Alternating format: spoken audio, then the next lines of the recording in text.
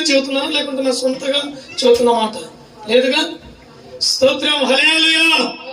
పెళ్లి గ్రహం గారు 92 సంవత్సరాలు బ్రతికాడు. తనకు మనవలు ముని మనవళ్ళు కూడా చూసి ఎత్తుకొని సంకలాలించి తన భార్యని అలా పక్కన కూర్చోబెట్టుకొని ప్రభు నన్ను పిలుస్తున్నాడు, నేను వెళ్తానని చెప్పి వెళ్ళాడు ఆయన.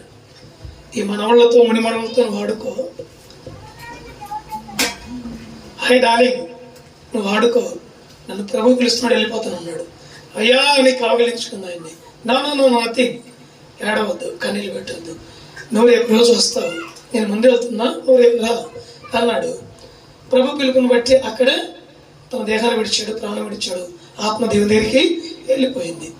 వివాహమైందని, తనకి భార్య ఉందని, మనవరాలు ఉన్నారని, మనవడు ఉన్నాడని చెప్పి అతను దేవుడి రాజ్యం వెళ్ళకుండా ఆగాడా?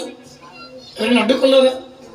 మనసు బాగుంది, ఉదయం బాగుంది, తన జీవితాన్ని కాపాడుకున్నాడు, వాక్యానుసారంగా నడుచుకున్నాడు, ప్రార్థన పూర్వకంగా జీవించాడు, కన్ను మూసాడు, దేవుడి దగ్గర కన్ను తెరిచాడు.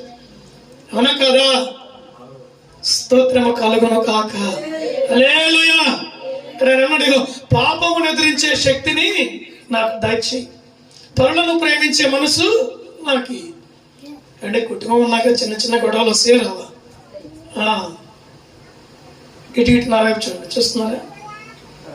కుటుంబం నాకు చిన్న చిన్న గొడవలు వస్తే రావా? మరి పుట్టిన దగ్గర నుంచి నేనే దేవుని అనుకుంటే అలా కాదు కదా. గొడవలు వస్తాయి, తగాదులు వస్తాయి, ఇబ్బందులు వస్తాయి. పెట్టి పక్కన కూర్చొని కిలకిల అవుతాడు. ఎవడు? శత్రువే, సాతానే కదా. తగాదు పెట్టి మధ్యలో పెట్టి వాడు మధ్యలో కూర్చొని చప్పట్లు కొట్టి సంకలు కొట్టుకొని అవుతాడు కూడా అవసరమైతే. ఆమేన్, హల్లెలూయా, హల్లెలూయా. అందుకని అన్నిటిని కూడా మనం తొలగించుకొని వాటిని అన్నిటిని కూడా సవరించుకొని సరి చేసుకుంటూ ముందుకు వెళ్ళాలి.